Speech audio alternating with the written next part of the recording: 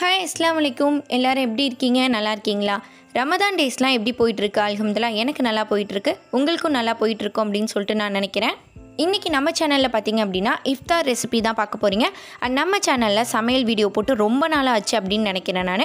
அதனால தான் சூப்பரான ஒரு ரெசிபியோடு வந்திருக்கேன். இன்றைக்கான ரெசிபி என்ன அப்படின்னா chicken cheese ball and agar agar dessert தான் பார்க்க போகிறீங்க. இப்போ வாங்க இது எப்படி பண்ணலாம் அப்படின்னு சொல்லிட்டு பார்க்கலாம். கரூரில் இவ்வளோ கம்மியாக sari draping and mehndi class இருக்கா? அதுவும் ஆன்லைன் அண்ட் ஆஃப்லைன் ஆப்ஷன் இல்லையா? வாங்க என்னென்னு பார்க்கலாமா? ரம்யா மெஹந்தி ஆர்டிஸ்ட் அப்படிங்கிற பேஜ் நான் முன்னாடியே உங்ககிட்ட ஷேர் பண்ணியிருக்கேன். அந்த வீடியோவில் இவங்களோட கோர்ஸ் டீட்டெயில்ஸ் சொல்ல முடியல என்னால். ஸோ இந்த வீடியோவில் என்னென்னு பார்க்கலாமா? இவங்க பார்த்திங்க அப்படின்னா professional sari draping and mehndi கிளாஸுமே எடுத்துகிட்ருக்காங்க. மெஹந்தி கிளாஸ் டீட்டெயில்ஸ் பார்த்திங்க அப்படின்னா basic to advance mehndi class full course வந்து இவங்க வெறும் 2500 சொல்லி கொடுக்குறாங்க. இல்லை எனக்கு வந்து மிக்ஸாலஜி கிளாஸ் மட்டும் படிக்கணும்னு ஆசையாக இருக்குது அப்படிங்கிறவங்களுக்கும் இந்த ஆப்ஷன்ஸ் இருக்குது. மிக்ஸாலஜி கிளாஸுமே தனியாக வந்து இவங்க எடுத்துகிட்ருக்காங்க. 699 வித் மெட்டீரியலோடு இவங்க எடுத்துகிட்ருக்காங்க. மிக்ஸாலஜி கிளாஸ்லாம் ஸ்டூடெண்ட்ஸ்க்கு என்னென்ன மெட்டீரியல்லாம் தேவைப்படுமோ அதுவுமே இவங்க வந்து சென்ட் பண்ணிடுவாங்க ஃப்ரீயாக. ஆஃப்டர் கேர் மேக்கிங் கிளாஸுமே இவங்க வந்து 500க்கு வித்தவுட் மெட்டீரியலில் சொல்லி கொடுத்துட்ருக்காங்க. பேசிக் டு அட்வான்ஸ் கிளாஸில் எல்லாமே வந்து கவர் ஆயிரும். இது வந்து தனித்தனியாக படிக்கிறவங்களுக்கு இந்தந்த டீட்டெயில்ஸ் எவ்வளோ வந்து இவங்க சொல்லிக் கொடுக்குறாங்க அப்படிங்கிற டீட்டெயில்ஸுமே சொல்லியிருக்கேன். அண்ட் போர்ட்ரேட் கிளாஸுமே இவங்க செப்பரேட்டாக எடுத்துகிட்ருக்காங்க. கரூர் சைடில் ஃபுல்லாக இவங்க வந்து பிரைட்ஸுக்குமே மெஹந்தி போட்டுட்ருக்காங்க. இது மாதிரி உங்களுக்கு வந்து உங்கள் ஃபங்க்ஷனுக்கு ஏதாவது வந்து மெஹந்தி போடணும் அப்படின்னு நீங்கள் நினச்சிங்கன்னா இவங்களுக்கு போய் நீங்கள் டிஎம் பண்ணலாம். Next sari draping class details பார்க்கலாமா? சாரீ டிராப்பிங் கிளாஸ் பார்த்திங்க அப்படின்னா இவங்க 2 டைப்பாக வந்து சொல்லி கொடுத்துட்ருக்காங்க. செல்ஃப் அண்டு ப்ரொஃபஷனல் கிளாஸ் இவங்க சொல்லி கொடுத்துட்ருக்காங்க. அண்ட் காம்ப்ளிமெண்ட்ரியாக கேனுமே ஆடட் ஆகுது. ப்ரொஃபஷனல் கிளாஸ் சிலபஸ் பார்த்திங்க அப்படின்னா 2 types of sari pre pleating and with measurement and without மெஷர்மெண்ட்டில் இவங்க சொல்லி கொடுத்துட்ருக்காங்க. அண்ட் காம்ப்ளிமெண்ட்ரியாக செல்ஃப் டிராப்பிங் இன்க்ளூட் ஆகுது, கேனுமே இன்க்ளூட் ஆகுது. ப்ரொஃபஷனல் கிளாஸில் இவ்வளோ வந்து ஃப்ரீயாக உங்களுக்கு வந்து காம்ப்ளிமெண்ட்ரியாக சொல்லி கொடுத்துட்ருக்காங்க. அது மட்டும் இல்லாமல் எனக்கு ப்ரீ ப்ளீட்டிங் பண்ணி வேணும், பாக்ஸ் ஃபோல்டிங் பண்ணி சாரீ வேணும் அப்படின்னு நீங்கள் நினச்சிங்கன்னா இவங்களே வந்து அது பண்ணி கொடுத்துட்ருக்காங்க. சூப்பராக வந்து இவங்க பண்ணி கொடுக்குறாங்க. அதுவும் கம்மியான ப்ரைஸில் பண்ணி கொடுத்துட்ருக்காங்க. இவங்கள நீங்கள் காண்டாக்ட் பண்ணோம் அப்படின்னு நீங்கள் நினச்சிங்கன்னா என்னோடய டிஸ்கிரிப்ஷன் பாக்ஸில் மறக்காமல் செக் பண்ணிக்கோங்க. இவங்களோட வாட்ஸ்அப் நம்பர், இவங்களோட இன்ஸ்டாகிராம் பேஜ் லிங்க் எல்லாமே வந்து கொடுத்துருக்கேன். மறக்காமல் இவங்கக்கிட்ட நீங்கள் வந்து செக் பண்ணி ரேட் கேட்டுக்கோங்க. இப்போ வாங்க நம்ம வீடியோக்குள்ளே போகலாம். ஃபஸ்ட்டு நம்ம பிரெட் க்ரம்ஸ் எப்படி பண்ணலாம் அப்படின்னு சொல்லிட்டு பார்த்துக்கலாம். ஏன்னா இப்போ வந்து பிரெட் க்ரம்ஸ் வந்து ஹோம்மேடாக இல்லாமல் எல்லாருமே கடையில் வாங்குறீங்க. ஸோ எப்படி நம்ம வீட்டில் செய்யலாம் அப்படிங்கிறதையும் பார்க்கலாம். அதுவும் இல்லாமல் சிக்கன் சீஸ் ரோலுக்கு இது ரொம்பவே வந்து முக்கியமான ஒரு இது. ஃபஸ்ட்டு நமக்கு எவ்வளோ பிரெட் க்ரம்ஸ் வேணுமோ அவ்வளோ ப்ரெட்டை வந்து நம்ம தோசை டவாவில் வந்து நல்லா ரோஸ்ட் பண்ணி எடுத்துக்கலாம். முன்னாடியும் பின்னாடியும் நல்லா வந்து மொறுன்னு ஆகிற அளவுக்கு நல்லா டோஸ்ட் பண்ணி எடுத்துக்கோங்க. அப்போ தான் நம்மளுக்கு கிரைண்ட் பண்ணும் போது நல்லாவே வந்து சூப்பரான ஒரு ரிசல்ட் கிடைக்கும். ஸோ அதனால் 2 சைடுமே வந்து நல்லா டோஸ்ட் பண்ணி எடுத்துக்கலாம். கை வச்சு பார்த்தாலே நமக்கு தெரியும் ஒரு மாதிரி மொறுங்கிற மாதிரி இருக்கும். ஸோ அந்த டைமில் வந்து இதை வந்து தனியாக ஒரு பிளேட்டில் வந்து எடுத்து வச்சிடலாம். இது எடுத்து வச்சதுக்கப்புறம் நல்லா வந்து சூடு ஆறிடணும். சூடு ஆறினா தான் நமக்கு வந்து பிச்சு போட கரெக்டாக இருக்கும். ஸோ எனக்கு தேவையான ப்ரெட்டை இந்த மாதிரி வந்து நல்லா டோஸ்ட் பண்ணி எனக்கு தேவையான அளவுக்கு நான் எடுத்து வச்சுக்கிட்டேன். இப்போ பார்த்திங்க அப்படின்னா குட்டி குட்டி பீஸாக வந்து நம்ம பிச்சு போடலாம். ஸோ குட்டி பார்த்திங்க அப்படின்னா ரொம்ப குட்டியாக நீங்கள் வந்து பிச்சு போட தேவையில்லை. சும்மா ஜஸ்ட்டு வந்து நம்ம அரைகிற அளவுக்கு வந்து பிச்சு போட்டாலே போதும். ஸோ மொறுன்னு இருக்கிறதுனால ஸோ அதுவே வந்து பாதி வந்து அரைஞ்ச மாதிரி தான் இருக்கும். இது மாதிரி பிச்சு போட்டதுக்கப்புறம் மிக்ஸி ஜாரில் சேர்த்து 1 இல்லை 2 சுற்று வந்து நல்லா சுற்றி எடுத்துக்கலாம்.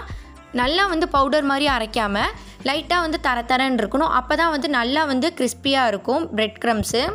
இப்போ பாருங்கள் இது மாதிரி தான் அரைச்சி எடுத்துக்கணும். ஸோ இது மாதிரி அரைச்சி எடுத்துக்கிட்டால் தான் ஒவ்வொரு ரெசிப்பியுமே வந்து நல்லா கிறிஸ்பியாக கிடைக்கும். ரொம்ப பவுடராக இருந்தால் மாவு மாதிரி ஆயிரும். ஸோ அதனால் இது மாதிரியே நீங்கள் வந்து எடுத்துக்கோங்க. இதை நம்ம வந்து ஒரு கண்டெய்னர் பாக்ஸில் ஸ்டோர் பண்ணி கூட வச்சுக்கலாம். கை போடாமல் இருந்துச்சு அப்படின்னா ஒரு 10 நாளைக்கு வந்து ஃப்ரிட்ஜில் வச்சு நம்ம யூஸ் பண்ணிக்கலாம். எனக்கு இன்ஸ்டண்ட்டாக தேவைப்படுற அந்த அளவுக்கு மட்டும் தான் நான் இன்றைக்கி பண்ணியிருக்கேன். நெக்ஸ்ட்டு பார்த்திங்க அப்படின்னா இன்ஸ்டண்ட்டாக எப்படி அகர் அப்படின்னு பண்ணலாம் அப்படின்னு சொல்லிட்டு பார்க்கலாம். வித் ஃப்ளேவரோடு எப்படி பண்ணலாம், அதுவும் வந்து நான் இன்ஸ்டன்ட் பேக் வந்து வச்சுருக்கேன். ஸோ 3 ஃப்ளேவர் வந்து என்கிட்ட இருக்குது. கோகோனட், பிஸ்தா, ப்ளூபெர்ரி, இந்த 3 ஃப்ளேவருமே என்கிட்ட இருக்குது. அப்சீன் வந்து ப்ளூபெர்ரி ஃப்ளேவர் தான் எனக்கு வேணும் அப்படின்னு சொன்னால் ஸோ அந்த ஃப்ளேவர் தான் இன்றைக்கி நான் பண்ண போகிறேன். ஸோ இது மாதிரி ஒரு பாக்ஸ்க்குள்ளே இந்த மாதிரி ஒரு பேக் இருக்கும். ஒரு பாத்திரத்தில் 1/4 லிட்டர் பால் வந்து நான் சேர்த்துருக்கேன். ஃபுல் ஃபேக்ட் மில்க் தான். ஸோ இது கூட வந்து நமக்கு தேவையான தண்ணி வந்து சேர்த்துக்கலாம். நான் இந்த 1/4 லிட்டர் பாலுக்கு 1 கப் போல் தண்ணி நான் சேர்த்துருக்கேன். இந்த தண்ணியும் பாலும் நல்லா வந்து பாயில் ஆகி வரணும், நல்லா பால் கொதிச்சு வரணும். அப்போ தான் நம்ம வந்து ப்ளூபெர்ரி அந்த பேக்கெட்டில் உள்ளதை சேர்த்தோம் அப்படின்னா நல்லா வந்து மிக்சிங் ஆகி வரும்.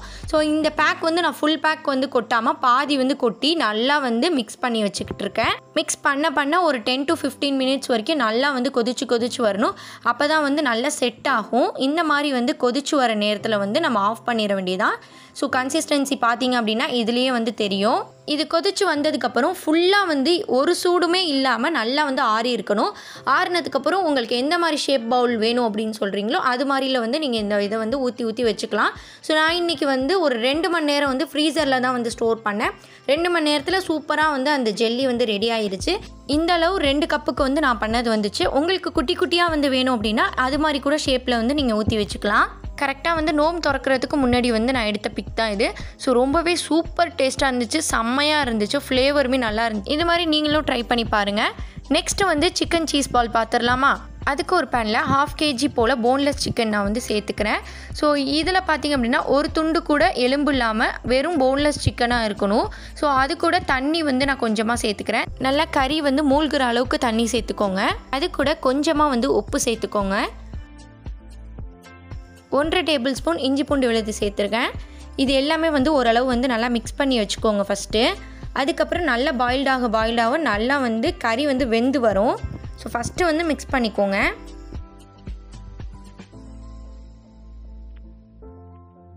லோ ஃப்ளேமில் 5 to 7 மினிட்ஸ் வந்து நல்லா வந்து பாயில் ஆகி வரணும். அப்போ தான் வந்து நமக்கு சிக்கன் வந்து ரெடி ஆகும், பஞ்சாக வரும். ஸோ இன்னும் கொஞ்சம் போனிங்கன்னா லப்பராக வந்துடும். ஸோ 5 to 7 மினிட்ஸ் வந்து மீடியம் ஃப்ளேமில் வச்சு நல்லா வந்து இது பண்ணி எடுத்துக்கோங்க. இதை வந்து நல்லா வெந்ததுக்கப்புறம் தனியாக ஒரு பிளேட்டில் வந்து எடுத்து வச்சுக்கலாம். இது எடுத்து வச்சதுக்கப்புறம் இந்த கறி எல்லாமே நல்லா வந்து ஆறிடணும். அப்போ தான் நமக்கு பிச்சு போடுறதுக்கு வந்து ஈஸியாக இருக்கும். இது மாதிரி ஆறினதுக்கப்புறம் குட்டி பீஸாக வந்து நல்லா வந்து குட்டி பீஸாக வந்து பிச்சு போட்டுக்கோங்க. ஸோ இதை வந்து நல்லா வந்து கொத்துக்கறி மாதிரி கொத்திக்கலாம். பட் ஆனால் வந்து கையால் பிச்சு போடுறது இன்னும் கொஞ்சம் பெட்டர். இது மாதிரி குட்டியாக பிச்சு போட்டுக்கோங்க. அப்போ தான் நம்ம வந்து அந்த சீஸ் பால்குள்ளே ஸ்டஃபிங் வைக்கும் போது கொஞ்சம் ஈஸியாக இருக்கும். இது ஒரு சைடு இருக்கட்டும். அடுத்து உருளைக்கிழங்கை வந்து நல்லா வேக வச்சு எடுத்துக்கலாம். அதுக்கு ஒரு குக்கரில் 4 உருளைக்கிழங்கு போல் எடுத்திருக்கேன். அது கூட உப்பு தண்ணி சேர்த்து விசில் வந்து ஒரு 5லேருந்து 6 விசில் வந்து மீடியம் ஃப்ளேமில் வச்சு நீங்கள் பண்ணிக்கிட்டாலே போதும். அப்போ தான் நல்லா வந்து உருளைக்கிழங்கு நல்லா வெந்து வரும். கொஞ்சம் நேரம் அந்த சூட்லேயே கூட போட்டுடலாம். ஸோ இந்த மாதிரி ஆறுனதுக்கப்புறம் தோலெல்லாம் உரிச்சதுக்கப்புறம் இந்த மாதிரி உருளைக்கிழங்கு ஸ்மாக்ஷர் இருந்துச்சு அப்படின்னா இதை வச்சு நல்லா ஸ்மாஷ் பண்ணி எடுத்துக்கோங்க. இல்லைனா கையால் கூட பிசைஞ்சு விட்டுக்கலாம். அது மாதிரி நல்லா வந்து உருளைக்கிழங்கு மசிச்சதுக்கப்புறம் ஒரு பேனில் தேவையான அளவு எண்ணெய் சேர்த்துக்கோங்க.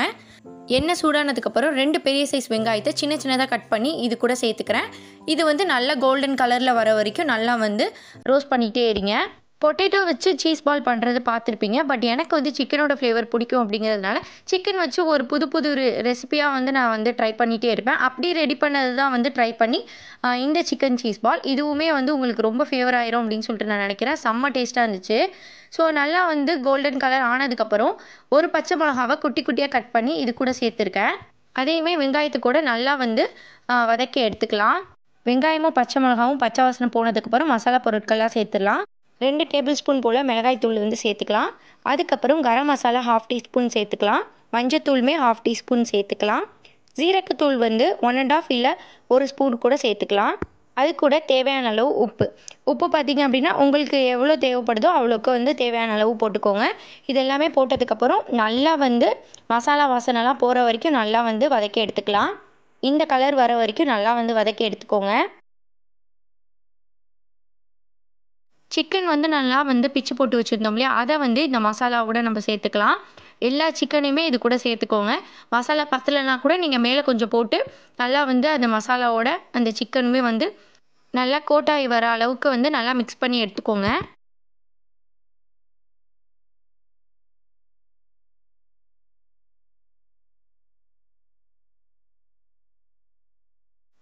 இந்த சிக்கன் ஸ்டஃபிங் வந்து மிக்ஸ் பண்ணதுக்கப்புறம் நம்ம உருளைக்கிழங்கு மசிச்சு வச்சுருந்தோம் இல்லையா, ஸோ அதையுமே வந்து இது கூட சேர்த்துக்கோங்க.